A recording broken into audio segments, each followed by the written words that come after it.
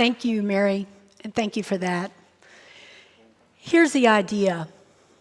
Our nation's terrible and unique history with slavery and Jim Crow continues to disproportionately deny a majority of African Americans their fair shot at the American dream: good education, good employment, and good housing. This has come largely as a result of generations of institutionalized anti-Black racism, perpetuated in large measure by white Americans who harbor either unconsciously or consciously bias against people of color. This bias remains a huge part of how we see ourselves. Yes, laws have changed, but this bias pervades our culture, media, law, politics, but especially our economy.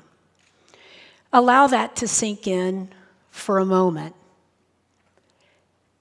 Surprising, shocking, yet harder and harder for reasonable people to deny given our current headlines. I should know, I was and am part of the problem as a white Southerner. This is a story that I'd like to tell you about. It's widely misunderstood how we got here. Slavery and Jim Crow gave the South, with its white supremacist beliefs, perpetual national power. Power and influence that spread to the rest of the country. This bias and white privilege is something that few of us think about unless we're forced to. Now, a definition of white privilege that I've read that I really like is white privilege is an unearned advantage or benefit given to white people normalized on a system established by the perceptions, values, and experiences of white people. Now, I've had white people come up to me, mainly working class whites, who say to me, I'm struggling in this economy. I'm struggling to keep my job, accrue savings, health care, and I tell them I understand. But I ask them to ponder this. No matter your economic status, the color of your skin will never produce negative consequences for you in your life. In our country, over the centuries, whiteness, so-called whiteness, has come to be valued while blackness is evaluated in terms of its faults.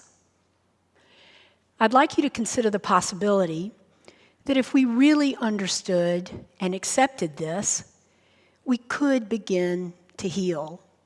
Something I think a lot of us never thought was possible. Like most privileged white Southerners, I grew up with African Americans who worked for our family. I'd like to tell you about two of them.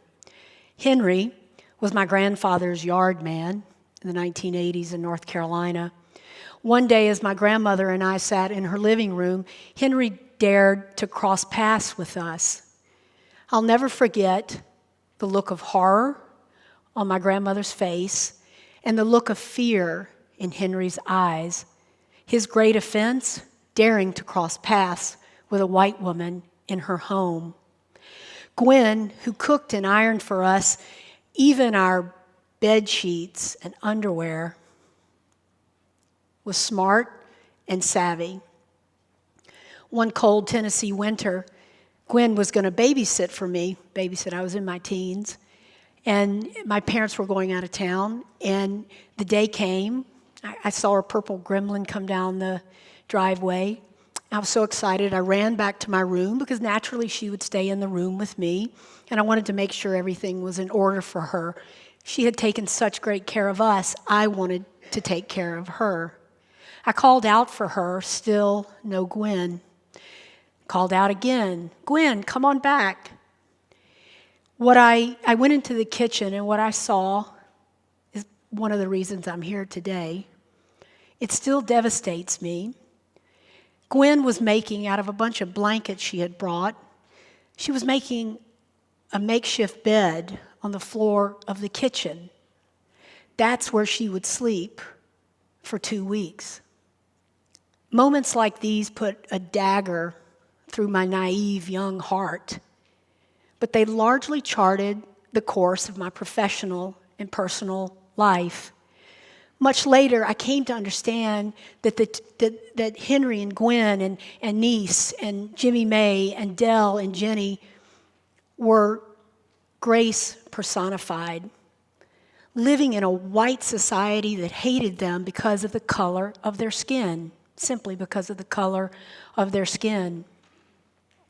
They became my North Stars in my journey to understand all this. And also I came to understand that they were living their Christian faith. Luke 23:34, "Forgive them, for they know not what they are doing." On my journey to investigate anti-Black racism, through remembering them, I've been able to forgive myself, my family, and my country. You might imagine my relationship with the South is pretty complicated. It's one of love and, honestly, at times, disdain. Its greatest gift is that it taught me the stark difference between right and wrong, and that all people deserve dignity, justice, and fairness, and a shot at the American dream. In the South of my childhood, African Americans were living in what I thought was unimaginable poverty. Almost no one in my white world seemed to acknowledge this poverty, but I saw it, and it broke my heart. I believe it was America's own version of apartheid, and I don't use that term loosely. In 2014, the riots in Ferguson, Missouri, after the death of Michael Brown, really shocked me. As a producer with CNN for 14 years, I had covered race riots before, but Ferguson really gnawed at me. I've spent the better part of the last 5 years of my life making a documentary film about this with my producing partner, Sally Holst. What was the flint that sparked the Ferguson firestorm? If one bothered to look closely enough behind the sensational headlines and the terrible rioting video, you could see that the African American community there was struggling under the burden and pressures of poverty. They also had been disproportionately impacted, like African Americans all across the United States, by the housing and financial crisis of 2008. After the riots, a Department of Justice investigation revealed that the Ferguson Police Department was essentially acting as a collection agency, with officers competing to see who could issue the greatest number of citations to drive up municipal court revenue. Just 25% of the residents of Ferguson are African American, yet 93% of all arrests in Ferguson were of African Americans. The investigation also found that it was a community deeply, deeply polarized along racial lines. And here's something that's really important that I hope if you take away nothing from this talk except this.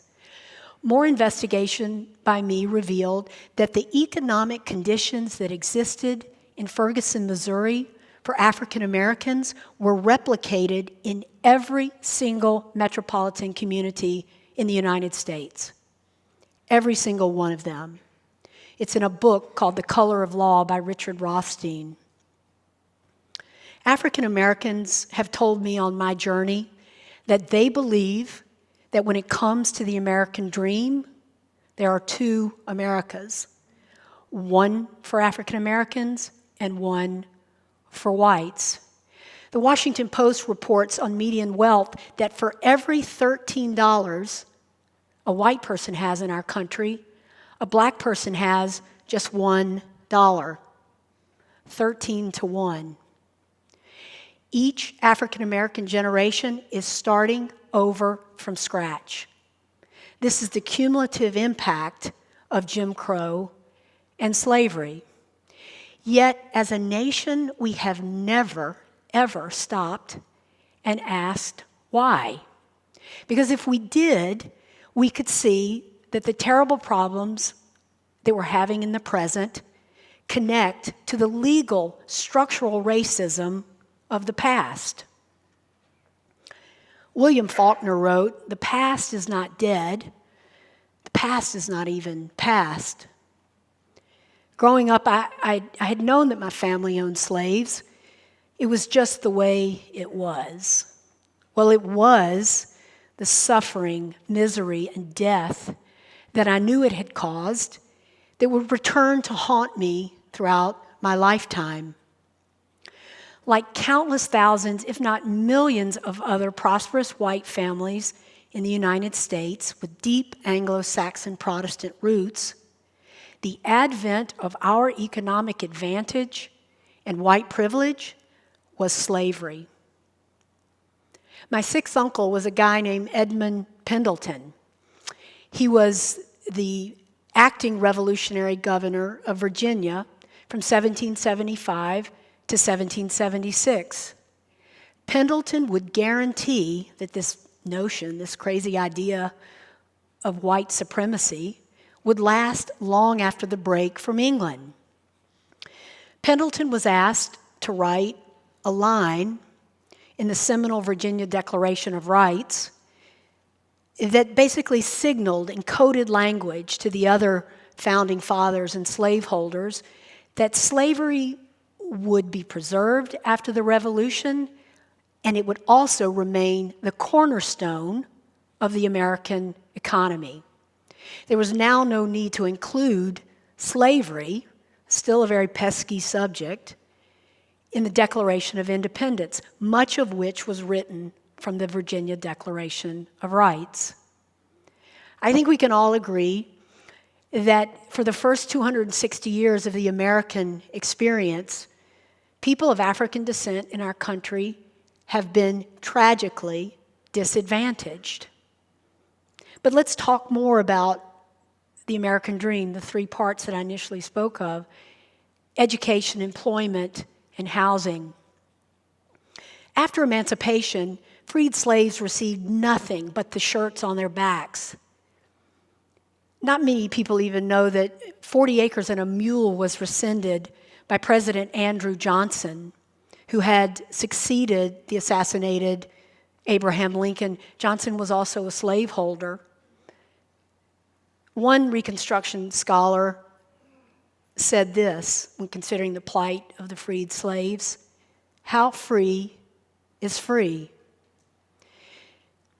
The South had been defeated militarily, but not politically. We see just 10 years after the war ends, the Civil War ends, that the federal government leaves the South. This creates a vacuum that allows the South to reassert its economic and political power over African Americans. We see the creation of, we know about the creation of the black codes and the Jim Crow laws. These punitive state and local laws lasted for 100 years. That's always been hard for me to believe. Less well known is what they did. They restricted the movements of African Americans. They created things like convict leasing, which was just another form of slavery. Worse, they rigged the labor economy against them, dooming them to low wages and debt.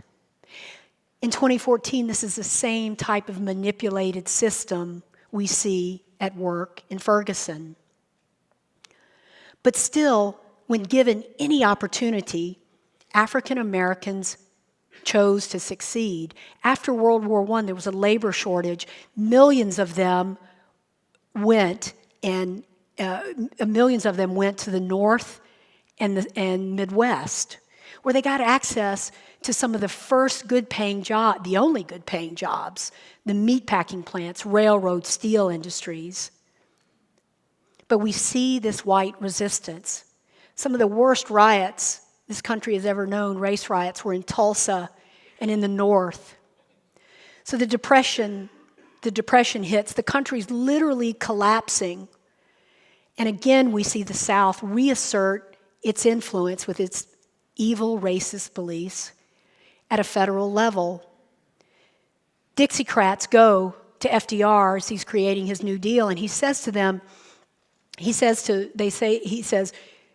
if you include in your new Social Security benefits, the South says this, the two prime black vocations of the era, sharecropping and domestic service, then we will veto your New Deal. Social Security is one of the main drivers of the middle class wealth. Good employment leads to good housing. So we see the jackpot that follows the victory, the economic jackpot that follows the victory in World War II. We see that largely off limits to African Americans. Again, the South reasserts its power in the creation of the housing programs associated with the New Deal. It's the South leading the way, creating segregating housing in every urban landscape in this country. Good jobs followed whites to the suburbs. Good jobs follow whites to the suburbs. I don't think a lot of whites really understand this. Writer James Baldwin did. He wrote that whites are living a history they do not understand. And worse yet, it's being whitewashed from our nation's school books, with slavery being recast as a states' rights issue. Now, none of us here in this theater are guilty of slave ownership, but we are all Americans, and when Americans know of a miscarriage of justice, they usually try to do the right thing. Let's claim in this, the 400th anniversary of the year the first slave ship came to our shores, let's claim this history and finally, as white Americans, let's claim this history and finally live up to our constitutional ideals of equality and justice for all. This is an American story, not just an African American story that they should bear the burden of. What can we do? There are a lot of things we can do, but we can do what South Africa did, and we can form a national commission to study slavery and Jim Crow. We did this with Japanese Americans after they were so wrongfully interned during World War II. Solving racism of any kind is incredibly difficult. But if we continue to deny that a problem exists in the first place, this wound will continue to fester and divide us. I'd like to finish and leave you with this quote. When you are accustomed to privilege, equality feels like oppression. Thank you.